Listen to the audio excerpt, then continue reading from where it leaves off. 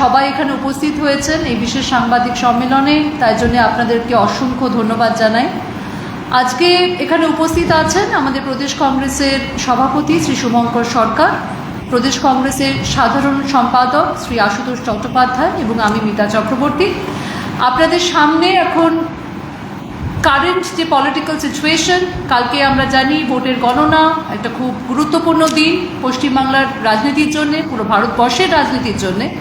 তো সেই সম্পর্কে কিছু মূল্যবান বক্তব্য রাখবেন আমাদের প্রদেশ কংগ্রেসের সভাপতি শ্রী শুভঙ্কর সরকার।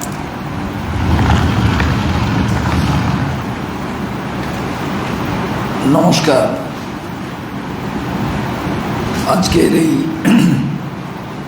প্রেস বার্তায় মিডিয়া চেয়ারম্যান মিতা চক্রবর্তী এবং রাজ্য কংগ্রেসের সাধারণ সম্পাদক আশুতোষ চট্টোপাধ্যায়, খুব গুরুত্বপূর্ণ আজকের দিনটি, কারণ আগামীকাল সকাল থেকে বাংলার আগামী দিন শাসন ক্ষমতায় কারা আসবেন সেই সিদ্ধান্ত বাংলার যে প্রিয় নির্বাচক মণ্ডলী তারা যে গ্রহণ করেছেন তা কাউন্টিংয়ের মাধ্যমে আমরা জানতে পারব এবং সেই নির্বাচনের ফলাফলের ওপরে পশ্চিমবাংলার আগামী দিনের সরকার তৈরি হবে এবং পশ্চিমবাংলার উন্নয়নের বার্তা মানুষের কাছে পৌঁছবে।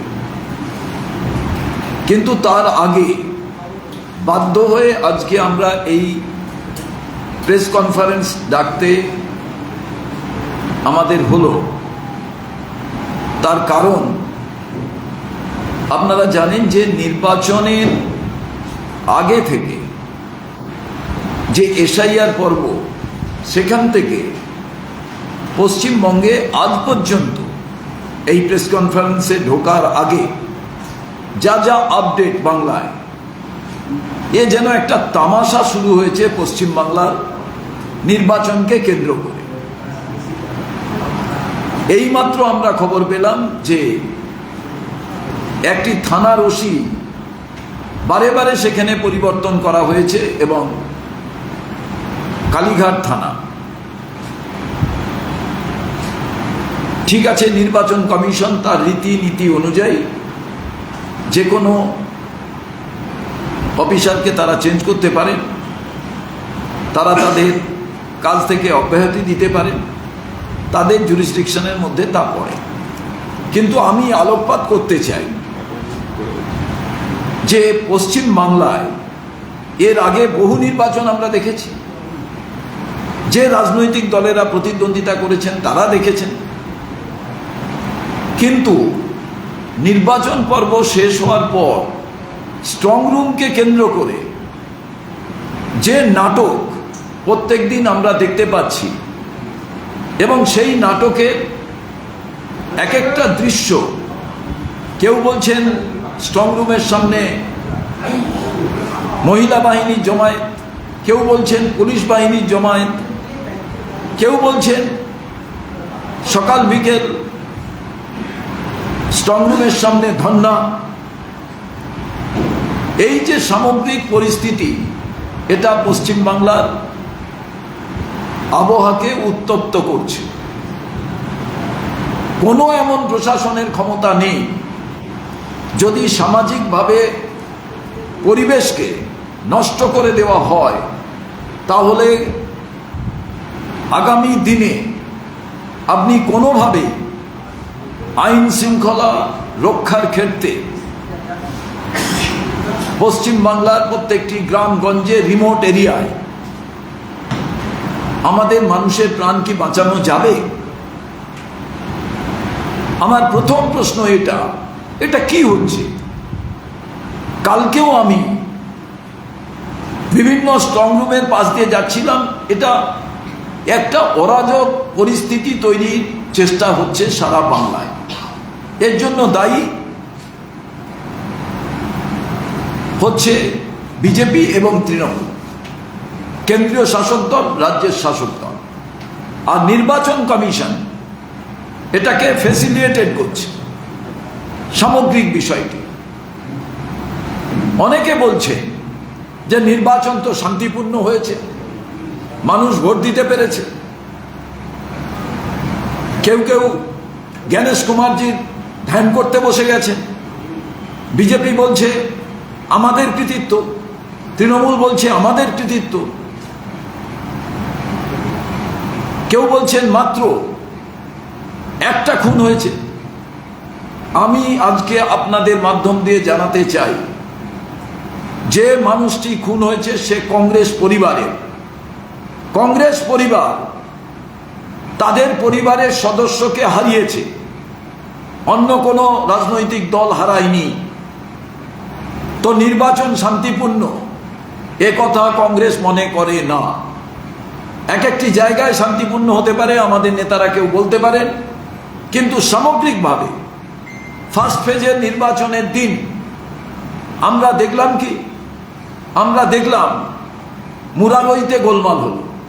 আবার বহু জায়গায় নির্বাচন কমিশন তার মতো অ্যাক্ট করতে পেরেছে, বহু জায়গায় অ্যাক্ট করতে পারেননি।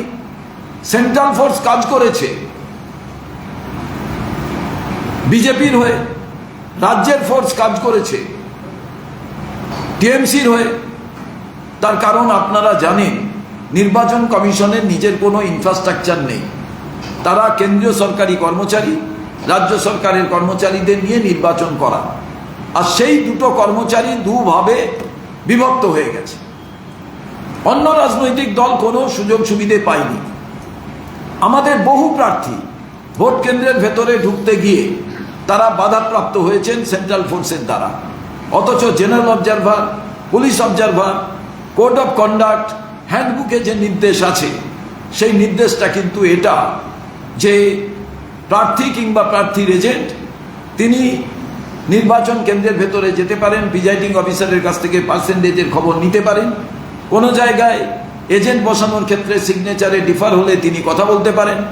কোনো বিশেষ কারণে গিয়ে তিনি সেইখানে যারা নির্বাচন আধিকারিক আছেন তাদের সঙ্গে কথা বলতে পারেন। কোনো জায়গায় সেন্ট্রাল ফোর্স আমাদের প্রার্থীদের ছেড়েছে, কোনো জায়গায় ছাড়েনি। আমার ক্ষেত্রে এটা হয়েছে, অনেক বাক বিতণ্ডার পর তারপরে তারা অ্যালাউ করেছেন। এটা কেন হবে? দ্বিতীয় জিনিস আপনাদের কাছে আমি জানাতে চাই, অনেকে বলছেন যে এই পার্সেন্টেজ অফ ভোট এটা নাকি ওই নির্বাচন কমিশনের জন্য বেড়েছে। কেউ বলছেন, বিজেপি বলছে আমার জন্য বেড়েছে, তৃণমূল বলছে আমার জন্য বেড়েছে। এটা কারুর জন্য বাড়েনি, এটা বেড়েছে একমাত্র ভোটারদের নিজেদের তাগিদে। কারণ এসআইআর প্রক্রিয়ায় যেভাবে ঝামেলার মধ্যে, যে যন্ত্রণার মধ্যে পশ্চিমবাংলার ভোটাররা দিন অতিবাহিত করেছেন, তাদের লজিক্যাল ডিসক্রিপেন্সি, অ্যাডজুডিকেটেড এইসব জিনিসের মধ্যে দিয়ে যখন তাদের নামটা ভোটার লিস্টে উঠল, তারপরে তারা ভাবলেন আমি তো আর অন্য দেশের নাগরিক নয়, অতএব আমাকে ভোটটা দিতে হবে। তারা যেখানে পেরেছেন, যেভাবে থেকেছেন, তারা কিন্তু দৌড়ে বাড়িতে চলে এসছেন ভোট দেওয়ার জন্য এই রাজ্যে। অতএব ক্রেডিট যদি কারুর হয় তাহলে একেবারে ভোটারদের ক্রেডিট এই পার্সেন্টেজ অফ ভোট বৃদ্ধির জন্য।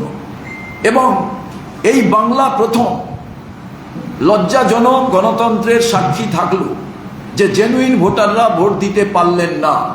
তার সংখ্যাটা 1 লাখ 2 লাখ নয়, তার সংখ্যাটা 27 লক্ষের ওপরে অধিক। এবং শুধু তাই নয়, অনেকে বলছেন রক্তপাত তো ঘটেনি। আরে ন্যাচারাল কোর্স কি? স্বাভাবিক পরিস্থিতি তো রক্তপাত ঘটবে না। এবার তার জন্য নির্বাচন কমিশনকে ক্রেডিট দেব কেন? আর সত্যিই যদি বিচার করতে হয়, 2026-এর নির্বাচনকে কেন্দ্র করে যত মানুষ মারা গেছে রক্ত ছাড়া, এর আগে কোনো দিন পশ্চিমবাংলার ইতিহাসে এত মানুষ মারা যায়নি। এসআইআরকে কেন্দ্র করে বিএলও আত্মহত্যা করেছে, ভোটাররা আত্মহত্যা করেছে, সেন্ট্রাল ফোর্সের শিকার অনেকে হয়েছে। তো স্বাভাবিকভাবে এবারে নির্বাচনে কেউ যদি বলেন যে রক্ত সামনে দেখা যায়নি কিন্তু মৃত্যুর সংখ্যা যেটা অন্যান্য বার নির্বাচনের থেকে অনেক বেশি, যদি এই প্রক্রিয়াকে 6 মাসের মধ্যে আপনারা ধরেন, তার কারণ নির্বাচনকে সামনে রেখেই তো এসআইআর প্রক্রিয়া শুরু হয়েছে। অতএব সেখানে যারা মারা গেছেন তারা নির্বাচন প্রক্রিয়ার অঙ্গ হিসেবেই আজকে তাকে কাউন্ট করা জরুরি। অতএব যে তাত্ত্বিক এবং মোড়লরা আজকে নেমে এসে, যে পলিটিক্যাল যারা বিশ্লেষক, যারা যেখানে এই আলোচনাটা করছেন, তারা দালালি করা ছাড়া অন্য কিছু করছেন না। আমি এটা স্পষ্ট ভাষায় বলতে চাই। পশ্চিমবাংলার কতজন মানুষকে আমরা হারিয়েছি, এটাই প্রথম প্রশ্ন। আর নির্বাচনের মধ্যে যে প্রাণটি চলে গেল অত্যাচারের শিকারে, এই প্রাণটি চলে যাওয়ার জন্য তৃণমূল কংগ্রেস দায়ী এবং ফ্যাসিলিটেট করার জন্য নির্বাচন কমিশন দায়ী। আর এটাকে আজকে টোটাল বিষয়টাকে স্পন্সর করার জন্য বিজেপি দায়ী। কারণ এই তিনজনের নেক্সাসের কারণে আজকে পশ্চিমবাংলার এই সামগ্রিক তামাশাটা শুরু হয়েছে এসআইআর প্রক্রিয়া থেকে আজ পর্যন্ত। এবার কাউন্টিংয়ের পর কি পদ্ধতি থাকবে আমরা জানি না। এবং এখনো পর্যন্ত বাইনারি পলিটিক্সটা এমনভাবে হচ্ছে এবং তার থেকে মিডিয়া আপনারাও বেরোতে পাচ্ছেন না। কারণ এত বড় নির্বাচন হলো, পশ্চিমবাংলার উন্নয়ন, বেকারত্ব, কৃষির উন্নয়ন, শিল্পের উন্নয়ন, স্বাস্থ্যের উন্নয়ন, এগুলো নিয়ে একটাও ডিসকাশন প্রাধান্য পায়নি। পেয়েছে কি?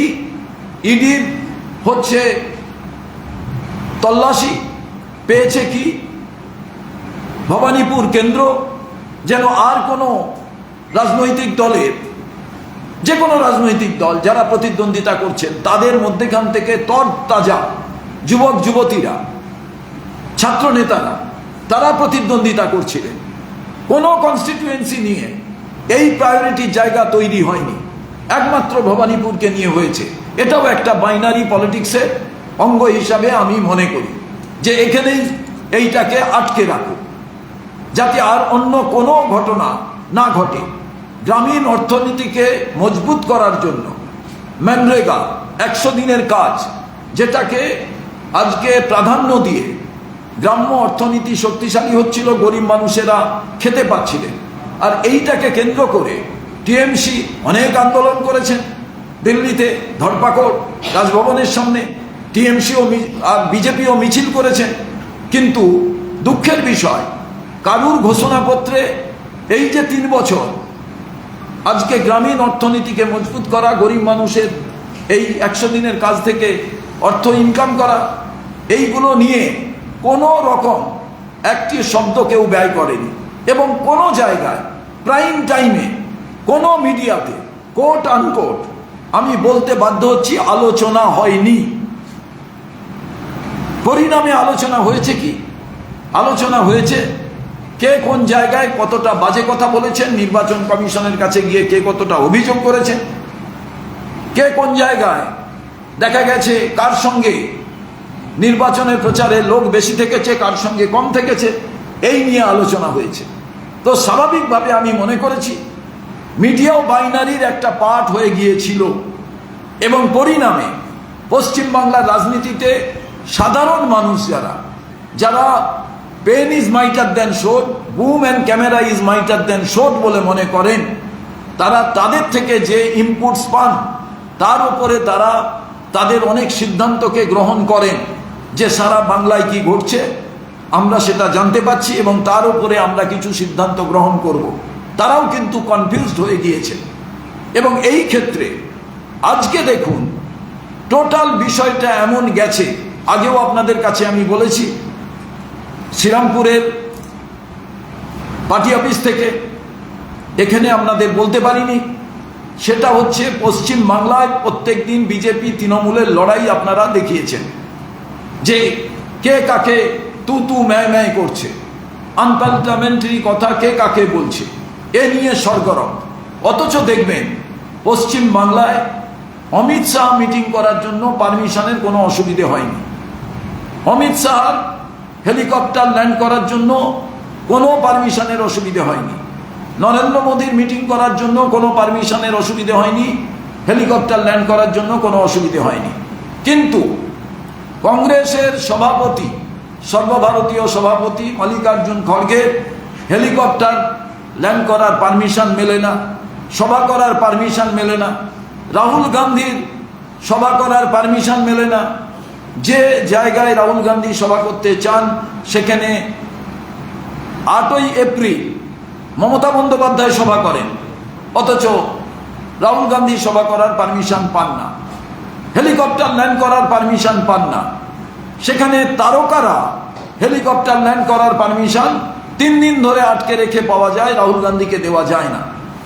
এরপরে বহু চেষ্টার পর আপনারা জানেন যে অনেক কষ্ট করে রাহুল গান্ধীর সভার অ্যারেঞ্জমেন্ট করতে হয়েছে। কলকাতায় মেটিয়াবুরুজে, শ্রীরামপুরে প্রথম সভা ক্যান্সেল করতে হয়েছে, তারপরে অনেক চেষ্টা করে পাওয়া গেছে। অতএব এটাও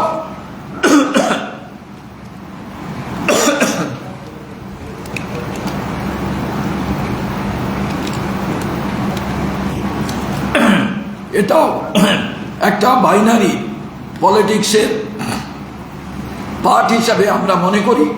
এবং সেই ক্ষেত্রে আগামী দিনে অর্থাৎ আজ বাদে কাল যে কাউন্টিং, সেই কাউন্টিংয়ে যে কোনো রাজনৈতিক দল জয়লাভ করবে, কিন্তু পশ্চিমবাংলার মানুষ তো থাকবে, তারা তো চাইবেন এখানে যে পিস অ্যান্ড ট্র্যাঙ্কুইলিটি যাতে বজায় থাকে। তারা তো চাইবেন যে এখানে আগামী দিনে যারা জয়লাভ করবেন তাদের মধ্যে একটা স্থিতাবস্থা বজায় থাকে। আমরা এমএলএ এমপির কেনা বেচা এর আগে শুনেছি, আয়ারাম গয়ারাম এ কথাটা এই এমপি কেনা বেচার একটা সূত্র থেকে দেখা গেছে যে সারা বাংলা জুড়ে, ভারতবর্ষ জুড়ে এটা প্রচলিত। কেউ যখন এক জায়গা থেকে অন্য জায়গায় শিফট করেন, একটা নীতি আদর্শ নিয়ে, একটা দলের প্রতীক নিয়ে লড়াই করে তারপরে আবার অন্য প্রতীকে লাভ দিয়ে দেন, এগুলো আমরা দেখেছি। তার থেকেই আয়ারাম গয়ারাম শব্দটা আমরা পেয়েছি।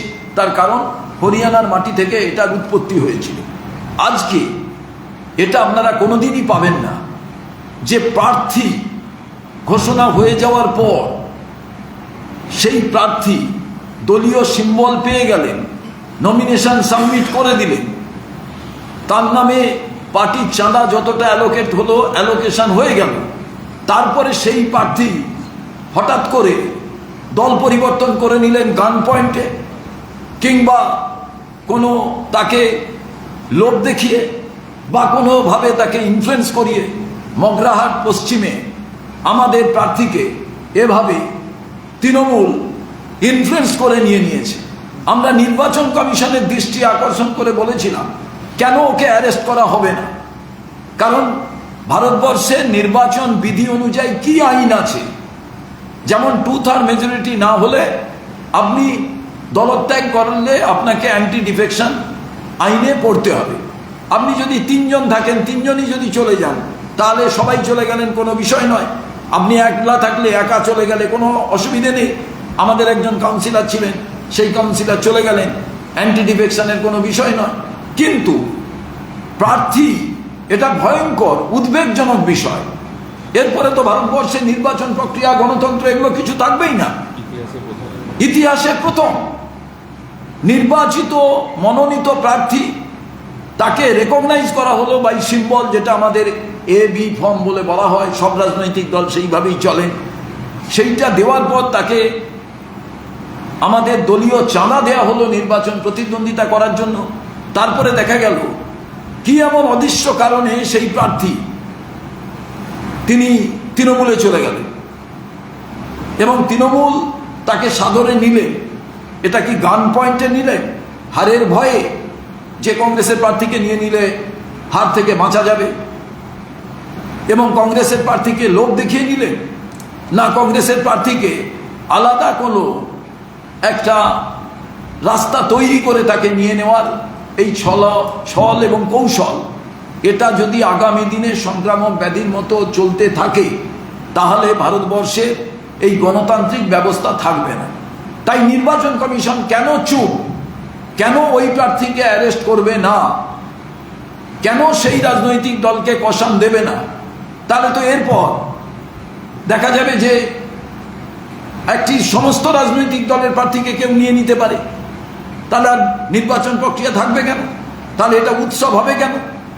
এক তো নির্বাচন যে উৎসব, যেটা জওহরলাল নেহরু শুরু করেছিলেন, সেই উৎসব তো আজকে উৎসব নয়। জেনুইন ভোটার যদি ভোট দিতে না পারেন, তার ভোটার লিস্টে নাম না থাকে এবং তাকে ওই ট্রাইব্যুনালে যেতে হয়, এবার গ্রামের গরিব মানুষ, তিনি হাইকোর্ট চেনেন, জানেন কাকে ধরবেন, কোন দালাল কোন চক্রের মাধ্যমে পড়বেন।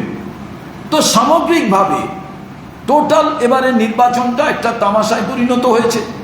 আমি আপনাদের মাধ্যমে নির্বাচন কমিশনের দৃষ্টি আকর্ষণ করে বলতে চাই যে মগরাহাট পশ্চিমের ক্ষেত্রে আপনারা যে ব্যক্তি কংগ্রেসের প্রার্থী হিসাবে নমিনেশন সাবমিট করেছিল, তাকে অ্যারেস্ট করার ব্যবস্থা আপনাদের নিতে হবে, নাহলে আগামী দিনে গণতন্ত্র থাকবে না। ঠিক একই পদ্ধতিতে পশ্চিমবাংলায় যেভাবে আমি দেখছি মণিপুর জ্বলছে, সেখানে যেতে চান না হোম মিনিস্টার, কলকাতায় বসে থাকছে, পশ্চিমবঙ্গ দখল করতে হবে। এই যদি প্রাইম মিনিস্টার হোম মিনিস্টারদের কাজ হয়, এই যদি মুখ্যমন্ত্রীর কাজ হয় যে আমি মুখ্যমন্ত্রী চেয়ারটা নিয়ে বাকি সব কিছুকে আমি করায়ত্ত করব, তাহলে এই যে গণতান্ত্রিক ব্যবস্থা, এই যে ভোট উৎসব, এটা তাহলে আর হতে পারে না। এবং আমি সর্বশেষে একটি কথা বলবো যে কংগ্রেস এককভাবে লড়াই করেছে। আমাদের নেতা রাহুল গান্ধী, মল্লিকার্জুন খড়গেজি, তারা এসছেন আপনাদের কাছে। আমি বলতে চাই যে পশ্চিমবঙ্গে 294টি গাছ, এই গাছকে কেউ টেনে হিঁচড়ে তুলে নেওয়ার চেষ্টা করতে পারে, মেরে ফেলার চেষ্টা করতে পারে, কিন্তু পশ্চিমবঙ্গে এই গাছগুলোই কিন্তু আগামী দিনে পশ্চিমবাংলার মানুষকে ছায়া দেবে, বাতাস দেবে, পরিবেশ রক্ষা করবে এবং এরাই ফুল ফল দেবে। এবং তার প্রমাণ আগামীকাল সকালবেলা যখন গণনা শুরু হবে আপনারা দেখতে পারবেন। তার কারণ তৃণমূলকে মানুষ পরিবর্তন করতে চায়, অল্টারনেটিভ হিসেবে বিজেপিকে চায় না। তার কারণ বিজেপি পশ্চিমবাংলার ইতিহাসে, ভারতবর্ষের ইতিহাসে যে অরাজকতা, তানাশাহি, সংবিধান ধ্বংস করা এবং আপনারা সবাই জানেন নির্বাচনের নামে জিনিসপত্রের দামকে কিছুটা রুখে রাখা হয়েছিল যে পশ্চিমবাংলা দখল করতে হবে, সেইটা তো আপনারা দেখতে পেলেন যে গ্যাস সিলিন্ডারের দাম বেড়ে গেল। জাস্ট নির্বাচনে এই কথাটা রাহুল গান্ধী এসে সাংবাদিকদের বলেছিলেন, অনেকের খুব মনঃপুত হয়নি, কিন্তু প্রমাণিত হয়ে গেল যে নির্বাচন শেষ, এলপিজি সিলিন্ডারের দাম বৃদ্ধি। এর থেকে বোঝা যায় যে অ্যান্টি পোর পিপল কতটা বিজেপি, গরিব মানুষের বিপক্ষে কতটা বিজেপি। তাই বাংলার মাটিতে যতই ওরা স্বপ্ন দেখুক, কোনোভাবেই বিজেপির সরকার হচ্ছে না এবং তৃণমূলও কোনোভাবে সরকার তৈরি করতে পারছে না। আগামীকাল সমস্ত হিসেবকে উল্টে দিয়ে পশ্চিমবঙ্গের ইতিহাসে নতুন এক অধ্যায় শুরু হবে, যা মানুষ প্রেডিক্ট করতে পারছেন না। এবং আমি মনে করি আমরা সাংগঠনিক দিক থেকে অনেক দুর্বল, কিন্তু মানুষ এটা বুঝেছে কংগ্রেসই একমাত্র অল্টারনেটিভ হতে পারে। কংগ্রেস ছাড়া অন্য কোনো আর রাস্তা আগামী দিনে নেই। সেই ক্ষেত্রে এই দিকটির দিকে মানুষের নজর আছে। আমি প্রত্যেকটি রাজনৈতিক দলকে বলবো শান্তি শৃঙ্খলা বজায় রাখার জন্য এবং আমাদের কর্মী যারা আছেন তারা যাতে যতক্ষণ কাউন্টিং কমপ্লিট না হচ্ছে, যত প্রপাগান্ডা, যত উড়ো খবর আসুক না কেন, কাউন্টিং টেবিল ছেড়ে আপনারা কেউ বেরোবেন না। এবং প্রশাসনকে বলবো কোনো রকমভাবে কোনো জমায়েত, যেগুলো ইললিগাল জমায়েত, গণনা কেন্দ্রের বাইরে কোনোভাবে করতে দেওয়া না হয়। এবং আজকে এই স্ট্রংরুম পাহারা দেওয়ার নামে যে অস্থিরতা তৈরির চেষ্টা হচ্ছে, সেটা যেন ইমিডিয়েটলি বন্ধ করা হয়। এবং এটাও ঠিক যে এই ইভিএম মেশিনের কারসাজি যদি কিছু হয়ে থাকে, কারণ কোনো সভ্য দেশ ইভিএম মেশিন তারা ব্যবহার করছেন না, যারা এই ইভিএম মেশিন বার করেছেন তারাও ব্যবহার করছেন না। অতএব ইভিএম মেশিনের কথাটা কেন বললাম, শ্রীরামপুরের বাঁশতলা বলে একটি জায়গা 14 নম্বর ওয়ার্ড 3 বার ইভিএম মেশিন বদলাতে হয়েছে। এবার আপনারা বুঝতে পারছেন স্বাভাবিকভাবে এই যে টোটাল সফটওয়্যার সিস্টেম, এইটা কোনোভাবেই বিজেপি কিছুতে কারুর পরামর্শ গ্রহণ করতে চাইছে না। এই জায়গায় আমার কোথাও মনে হয়েছে যে যদি অশুভ সন্ধি, যেটা রাহুল গান্ধী মেগা প্রেস কনফারেন্সের মাধ্যমে বলেছিলেন যে বিভিন্ন জায়গার ভোটার, নির্বাচন কমিশন, বিজেপি, এই অশুভ সন্ধি যদি কোথাও ঘটে থাকে আলাদা প্রশ্ন, তা না হলে আপনি একেবারে ধরে নিন বিজেপির কোনোভাবেই পশ্চিমবাংলার কোনো জায়গা পাওয়ার জায়গা নেই। এবং দ্বিতীয় কথা, তৃণমূলও তারা কোনো কমফোর্টেবল অবস্থায় নেই। আগামী দিনে সত্যিকারের যদি নিরপেক্ষ পদ্ধতির মাধ্যমে কাউন্টিং প্রসেস এবং ইভিএম যে মেকানিজম তা যদি সঠিক থাকে, আপনাদের কাছে আমি বলছি অল্টারনেটিভ জায়গায় কংগ্রেস এক বিকল্প শক্তি হিসাবে এগিয়ে আসছে, এটা একেবারে নিশ্চিতভাবে বলা যায়। এবং এর থেকে কোনোভাবে বাংলার মানুষ কালকে সকালবেলা থেকেই এটি দেখতে পাবে। এবং পোস্টপোল ভায়োলেন্স যেটা আছে সেটা যাতে সঠিকভাবে কন্ট্রোল হয়। এবং আমি বলবো পাড়ায় পাড়ায় সমস্ত রাজনৈতিক দলের প্রতিনিধিদের নিয়ে একদম বুথ স্তর পর্যন্ত কমিটি তৈরি করা হোক। এটা আমার প্রস্তাব রাজ্যপালের কাছে, এটা আমার প্রস্তাব যে নির্বাচন কমিশনের কাছে। আপনারা তো বলছেন নির্বাচনের পরও কেন্দ্রীয় বাহিনী বাকি সবাই থাকবে, তারা দেখবে। এ বিষয়টিও আপনাদের আমি নজরে আনতে চাই যে প্রত্যেকটি জায়গায় শুধু পুলিশ দিয়ে এলাকার অশান্তি, গোলমাল, গুন্ডামি বন্ধ করা যাবে না। সে জায়গাটায় যাতে অল পার্টি মিটিং ডেকে অল পার্টির প্রতিনিধিদের নিয়ে সেখানে যাতে একটা কমিটি তৈরি করে এলাকার শান্তি শৃঙ্খলা বজায় থাকে। যারাই ক্ষমতায় আসুন, যে পদ্ধতিতে এই বিষয়টি হোক না কেন, তাকে যাতে কন্ট্রোল করা হয়, এই বিষয়টির দিকেও আমি আলোকপাত করতে চাই। বন্ধুটা, আপনি 27 লক্ষ ভোটারের কথা বললেন, সেই 27 লক্ষ ভোটারের জন্য সুপ্রিম কোর্টের বিচারপতি বলেছে এইবার দিতে পারেনি, কোনো ব্যাপার নেই, আগামী দিয়ে দেবে। দেখুন, লাস্ট দিন পর্যন্ত বলেছিলেন যে ট্রাইব্যুনালের লাস্ট দিন পর্যন্ত যারা যাবে তারা ভোটাধিকার পাবে। আমি একটা কথা জিজ্ঞেস করছি, বিচারপতিদের তো কিছু করণীয় নেই। পুরো এলাকাটায় বাড়ি থেকে যত মাছের কাঁটা, আমের আঁটি সব কিছু ফেললো নির্বাচন কমিশন রাস্তার উপরে। আর পরিষ্কার করার জন্য বলল কলকাতা কর্পোরেশনের ঝাড়ুদার দায়ী। হ্যাঁ, সুপ্রিম কোর্ট এসছিল বলে এই প্রক্রিয়া কিছুটা হলেও শান্ত আছে। বিচার ব্যবস্থা যদি ইন্টারফেয়ার না করত, এই যে জঞ্জাল নির্বাচন কমিশন রাস্তার উপরে ফেলে দিয়েছিলেন, তাকে মিনিমাম হলেও পরিষ্কার করা যেত না। মহামান্য সুপ্রিম কোর্টের ইন্টারফেয়ারেন্সে আজকে যতজন মানুষ ভোট দিতে তাও পাচ্ছেন, তারা একটা জায়গা পেলেন। এবং শুধু তাই নয়, এই সুপ্রিম কোর্টের ইন্টারফেয়ারেন্সের জন্যই এই যে লজিক্যাল ডিসক্রিপেন্সি, অ্যাডজুডিকেটেড, এসব যে শব্দ আসছে, যার ভয়ে ভীত হয়ে মানুষ দৌড়ে এসে ভোট দিতে চাইছেন। এবং একটা আমি অবাক কথা বলি, আমার ওয়াইফ ভোট দিতে গেছেন lady queen of the mission স্কুলে, গিয়ে দেখছেন পাশে লেখা আছে অ্যাবসেন্ট। তখন বলছে অ্যাবসেন্ট কেন? এই সরকারি যে পেপারটা বাড়ি বাড়ি দেওয়ার ব্যবস্থা হয়েছিল নির্বাচন কমিশন থেকে, সেটা যখন গেছে, আমার ওয়াইফ চাকরি করে, ওইটা ডেলিভারি হয়নি। তো স্বাভাবিকভাবে ডেলিভারি যখন হয়নি, আমরা তো কেউ জানি না, কারণ ছেলে প্র্যাকটিস করে, ও থাকে না। এইবার বলছি কেন অ্যাবসেন্ট কেন? এইবার ভাবুন, আমার ওয়াইফ যদি ভোট না দিতেন, ওই পাশে অ্যাবসেন্ট কথাটা লেখা থাকতো, কোনো কারণে ভোট দিতে যেতে পারেন। এইবার গিয়ে তখন বললেন এটা অ্যাবসেন্ট কেন লেখা থাকবে? যে ডেলিভার, আমরা সরকারি পেপারটা ডেলিভার করতে পারিনি।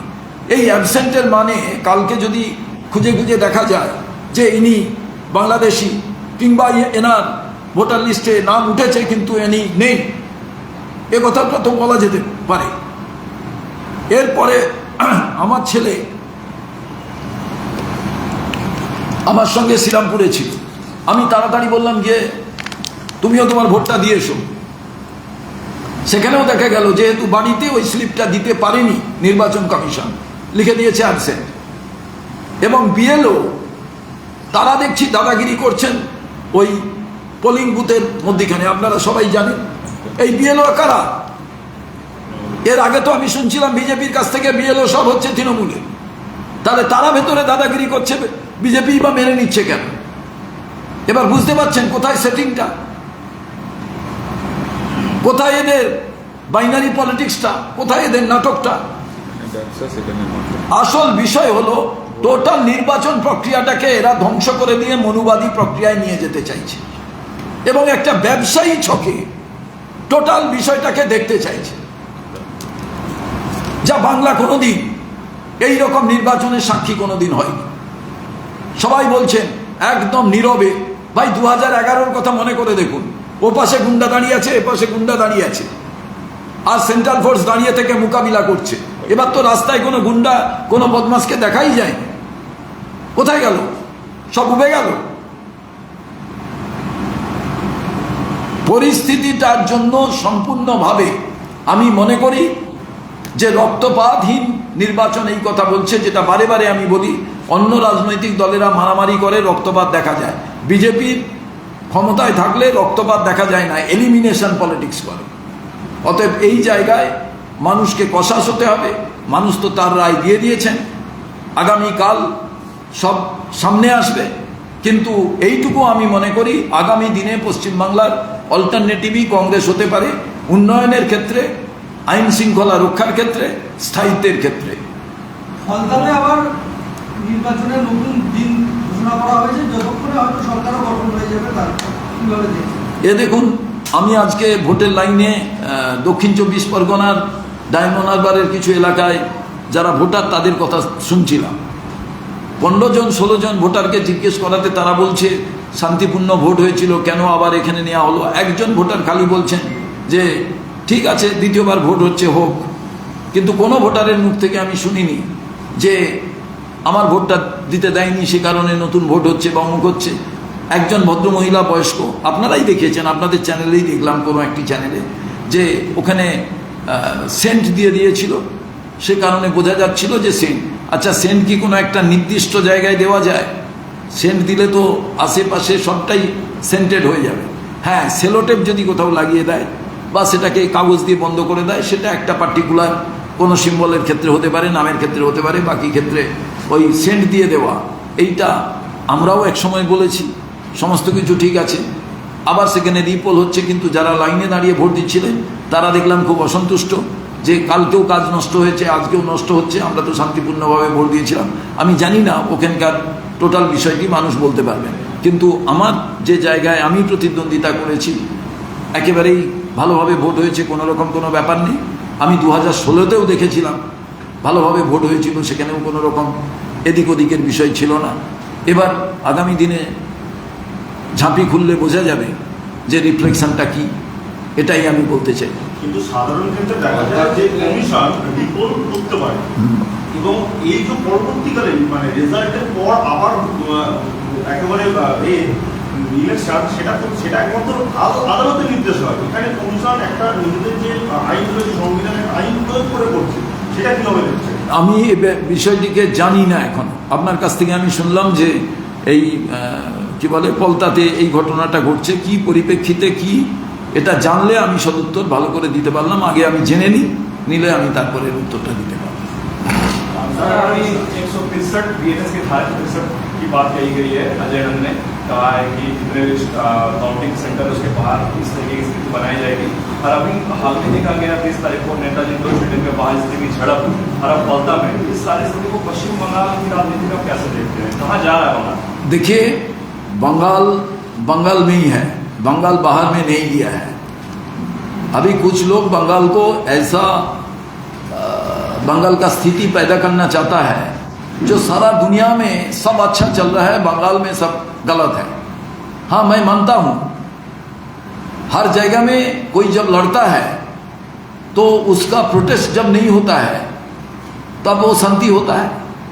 जब कोई किसी का विरोध में कोई ऐसा कोई बात बोल दिया जो गलत बात बोल दिया, उसके लिए प्रोटेस्ट होगा तो भी लड़ाई होगा। और लड़ाई उधर होता है जिधर एक साइड में 19 आदमी है, एक साइड में 20 आदमी है, एक साइड में 20 आदमी है, एक साइड में 10 आदमी है, एक साइड में 19 आदमी है, एक साइड में 1 आदमी है। लड़ाई तो होता नहीं है। बंगाल में होता है, एक साइड में 1 भी आदमी है, दूसरी साइड में 100 आदमी है, फिर भी बंगाल में लड़ाई होता है। क्यों? बंगाल में जान है। बंगाल अन्याय का विरोध में आवाज उठाता है। और ये जो बंगाल का जो धरती है, ये धरती एक दिन का धरती नहीं है। ये धरती में हमेशा जो कोई अन्याय होता है उसका विरोध में आवाज उठता है। फिर भी वो ठीक हो कि ठीक नहीं हो अलग बात है, बट दूसरी प्रदेश में ऐसा बात नहीं है। फिर आज देखिए बंगाल में हमेशा लड़ाई का मैदान में जान चला जाता है। लाइफ को हम लोग एक एक हमारा जो इंसान उसको मैं खोता हूँ, किसी को कोई हाथ चला जाता है, पाँव चला जाता है, कोई पूरा लाइफ चला जाता है। फिर भी बंगाल में आदमी डेमोक्रेसी का साथ मिलता है। फिर हम लोग अभी चाहता है बंगाल में ऐसा एक स्थिति, जो स्थिति में किसी का ना निधन हो, ना खून खराबी हो, ना कोई ब्लड शेड हो। हम लोग चाहता है बंगाल में चुनाव तो डेवलपमेंट के लिए, तो हर इंसान चुनाव में जाएगा, वो अपना वोट जिसको मर्जी देगा, फिर वो आ जाएगा। इसमें उसका जान लेने का क्या जरूरत है? जो टीएमसी का राज में ये बढ़ गया था, उससे पहला भी था। कांग्रेस का जमाना में, लेफ्ट का जमाना में क्या ऐसा नहीं था? जो लोग भाजपा कर रहे हैं वो लोग भी क्या इसका सबूत नहीं है? फिर इसको ठीक करना है, जो आने वाला दिन में कोई नया ऐसा स्थिति पैदा करना चाहिए जिसमें कोई एनी पॉलिटिकल पार्टी, उनका कोई एक कार्यकर्ता का निधन ना हो, उनका कोई सपोर्टर को निधन ना हो। पॉलिटिक्स में हम हमारा जो वोट किसको देना है, मैं पोलिंग स्टेशन में जाएंगे, मेरा वोट देंगे, वोट देके मैं आ जाऊंगा, उसका बीच में दुश्मनी क्या काम का है? ये दुश्मनी जो फायदा होता है ये पॉलिटिकल पार्टी खुद क्रिएट कर रहा है। और ये भाजपा टीएमसी दोनों मिलके ये जो स्थिति पैदा कर रहा है, इसका ही आज नतीजा हमेशा सुबह से शाम तक आप लोग दिख रहे हैं। গতকাল কালীঘাটে যে ওসি বদল হয়েছিল সেটার পিছনে একটা যুক্তি ছিল, কোনো অবজেকশন এসছে কি ঠিক আছে, কিন্তু আজকে 24 ঘন্টার মধ্যে আবার সেখানে ওসি বদল। বারবার কালীঘাটে এরকম ওসি বদল হচ্ছে কেন? কালীঘাটে কি রাজনৈতিকভাবে বিষয়টা কি আপনারা দেখতে পাচ্ছেন? देखिए, चुनाव आयोग का पास ये कानून है, उनका पास कोई ऐसा इंफॉर्मेशन आएगा जो इम्पार्शियली कोई ऑफिसर कोई आधिकारिक नहीं काम कर रहा है, কেউ কোনো অফিসার কাজ করছে না। 100 বার নির্বাচন কমিশন তাদের অধিকারে তাকে বদল করতে পারে। সে আইএস হোক, আইপিএস হোক, এনি পুলিশ অফিসার, এনি অ্যাডমিনিস্ট্রেশনের লোক, তাকে তারা বদল করতে পারে। আমার এ ব্যাপারে কোনো প্রশ্ন নেই। এটা নির্বাচনের প্রক্রিয়ার একটা অঙ্গ। দীর্ঘদিন ধরে এই প্রক্রিয়ার মধ্যেই নির্বাচন সম্পন্ন হয়। কিন্তু আমার একটা বড় প্রশ্ন, কোনো অফিসার পশ্চিমবাংলার ইম্পার্শিয়াল নয় তাই তাকে বদলে দেওয়া হলো। তার ট্যাগ রেকর্ডে যবে থেকে তিনি চাকরি করছেন কোড অফ কন্ডাক্ট খারাপ, তার ইম্পার্শিয়াল ভূমিকা নেই তাই তাকে বদলি করে দেওয়া হচ্ছে। কিন্তু স্বয়ং নির্বাচন কমিশন জ্ঞানেশ কুমারজি, তার সঙ্গে যারা নির্বাচন দপ্তরে কাজ করছেন, তাদের ট্যাগ রেকর্ডের প্রশ্ন কে করবে? কারণ তারা প্রথম দিন থেকে বিজেপির মনোভাবাপন্ন ব্যক্তি, তাই তাদের নির্বাচন কমিশন হিসাবে এখানে নিয়ে আসা হয়েছে। তার কারণ প্রধান বিচারপতিকে বাদ দিয়ে জ্ঞানেশ কুমারকে ইসিআই করা হয়েছে, যেটা একেবারে অন্যায়। প্রধানমন্ত্রী তার সহযোগী বিজেপির থেকে, সরকারের থেকে, আর একদিকে বিরোধী দলনেতা রাহুল গান্ধী। বুঝতেই পাচ্ছেন, একদিকে দুজন, একদিকে একজন। অতএব স্বাভাবিকভাবে দুজন যে মত দেবে সেই হবে। তো দুজন মত দিয়েছে জ্ঞানেশ কুমারের নাম। এই জ্ঞানেশ কুমারের প্রথম পোস্টিং কোথায়? এই জ্ঞানেশ কুমার কি কাজ করেছে? এবং আপনারা ভালো করে জানেন, শুধু এটা নয়, এই অভিযোগটা বহু দিনের। সেটা হচ্ছে এই আইএএস আইপিএস এর ক্ষেত্রেও বিভিন্ন অভিযোগ আছে। ইংরেজিতে আর হিন্দিতেই খালি পরীক্ষাটা হয়, প্রশ্নপত্রটা হয়, যে ভাষায় লেখা হয় সে ভাষায় লেখা হয়। অতএব এখানেও কিন্তু পক্ষপাতিত্বের বিষয় থাকলে তার বিচার কে করবে? সুপ্রিম কোর্ট ছাড়া বা পার্লামেন্টের ভেতর ছাড়া? রাজ্যের কোনো অফিসার অন্যায় করলে কালীঘাটের ওসিকে 100 বার বদল করুন, কোনো অসুবিধে নেই। কিন্তু আপনি, আপনার বিরুদ্ধে তো অনেক অভিযোগ জ্ঞানেশ কুমারজি, আপনাকে কে বদল করবে? আর কোনো তাহলে প্রশ্ন? আমরা 2021-2024 এক্সিট পোল দেখেছিলাম পুরো মুখ থুবড়ে পড়েছে। আবার 2026 এক্সিট পোলে আমরা দেখতে পাচ্ছি যে বিজেপি সংখ্যাগরিষ্ঠতা নিয়ে নাকি পশ্চিমবঙ্গে সরকার করতে চলেছে। কি বলবেন?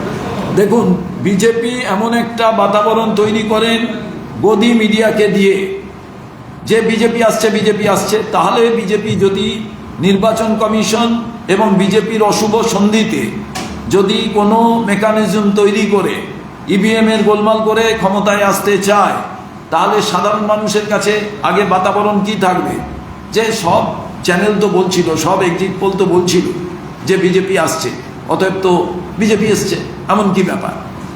সেই জন্য অগ্রিম এটা বলতে থাকে। তার কারণ 2 নম্বরই কাজটা অন্য জায়গায় হবে, যেটা মহারাষ্ট্রের ক্ষেত্রে হয়েছে, হরিয়ানার ক্ষেত্রে হয়েছে, আর কর্ণাটকের একটা পার্লামেন্টের ক্ষেত্রে হয়েছে, এবং বিহারে পাটলি হয়েছে। অতএব এটা কালকে যতক্ষণ না রেজাল্ট বেরোচ্ছে, এক্সিট পোল যদি এত ভালো বলতো, এরা নিজেরা গিয়ে ভোটে দাঁড়াতো। ব্যাস, অনেক ধন্যবাদ। ঠিক আছে।